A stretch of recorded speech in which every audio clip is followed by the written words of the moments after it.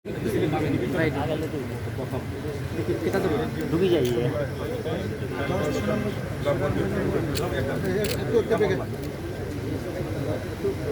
আসলে যে সিলেটে তো অনেক আগেই দেওয়া উচিত ছিল।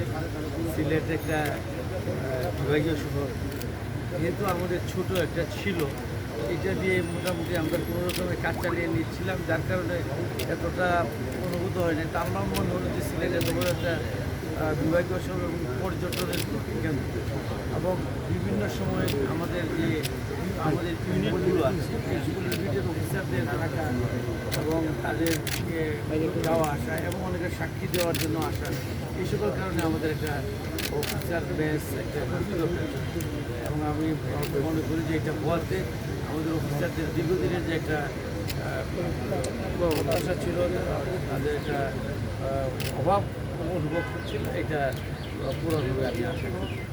যাওয়ার সময় পুলিশ বাহিনী কী অবস্থা রেখে যান? এই প্রশ্নটা একটা ব্রিফিং আছে আমাদের, সেখানে আমরা হয়তো আর সুযোগ পাবো না। আজকে এটা অনেক বড় একটা ঘটনা দিল্লি ঘটেছে। ধন্যবাদ। আপনারা জানেন যে বাংলাদেশ পুলিশ বাহিনী একটা পেশাদার বাহিনী, 150 বছরের পুরনো প্রতিষ্ঠান।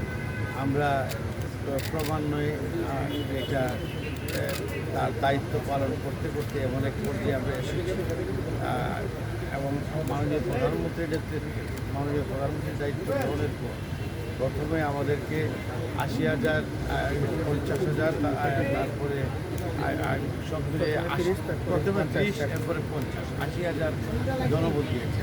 এবং আমরা এর আগে আমরা যেটা দেখেছি, আপনারা দেখেছেন যে এই পুলিশ বাহিনী যে কোনো একটা অপরাধ সংগঠিত হতো, আমরা তথাকথিত এই সোর্স নির্ভর আমরা পুলিশিং করেছি।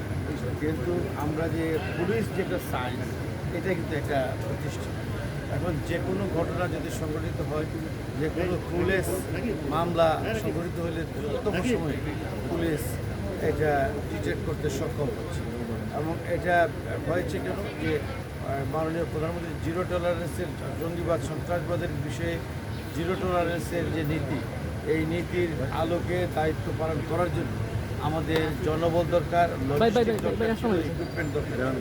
সেটাকে আমাদের প্রয়োজন অনুযায়ী এই জিনিসগুলোকে সাজ সরঞ্জাম যা দরকার ছিল আমাদেরকে দেওয়া হয়েছে। এই কারণে দেখা যায় যে আমরা মানুষের প্রত্যাশা কাছাকাছি অনেকটা আমরা পৌঁছে গেছি যে কোনো ঘটনা সংঘটিত হলে আমরা এগুলোকে চেক করা এবং অপরাধীকে আইনের আওতায় নিয়ে আসার জন্য আমরা কাজ করছি। আমরা লক্ষ্য করবেন আরেকটা জিনিস হয়েছে এইখানে, যেটা খুবই লক্ষণীয়, যে দেখবেন যে একটা ইউনিটে ইয়ে আছে, যে জেলা পুলিশের সাথে থানা পুলিশ আছে, একটা ডিবির একটা ইউনিট আছে, আবার দেখা যায় সিআইডি আছে, আবার পিবিআই আছে, আবার আমাদের সিটিডিসি আছে, আবার এটিও আছে। এই যে বিভিন্ন সংগঠন যেগুলো আছে, এইগুলো ছাড়া আমাদের ইন্টারনাল নিজস্ব আরও কিছু আমরা টিম ডেভেলপ করেছি, যাদেরকে দিয়ে যে কোনো একটা ঘটনা সংঘটিত হলে আমাদের নিজেদের মধ্যে একটা প্রতিযোগিতা শুরু হয় যে কে কত তাড়াতাড়ি আমরা কেসটা ডিটেক্ট করতে পারি।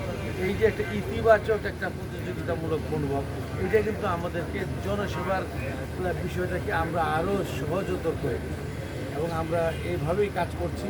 আলহামদুলিল্লাহ আমি মনে করি যে বাংলাদেশ পুলিশ একটা ভালো অবস্থানে আছে এবং আগামী দিনে আরও ভালো। পুলিশ বাহিনীর এখন কী অবস্থায়? তখন কি পুলিশের একজন সাবেক কর্মকর্তা ঊর্ধ্বতন কর্মকর্তা সর্বোচ্চ পর্যায়ে তাকে নিয়ে লেখালেখি হচ্ছে বা এর কোনো প্রভাব আমাদের পুলিশ বাহিনীর উপর পড়ে? ধন্যবাদ। এটা নিয়ে তো তদন্ত হচ্ছে, তদন্ত যেটা হয় এটা দেখা দেবে। কিন্তু আমরা আমাদের মনোবলক্ষণ আছে, আমরা আমাদের দায়িত্ব পেশাদারিত্বের সাথে আমরা আমাদের দায়িত্ব পালন করি। ধন্যবাদ। কারো কিছু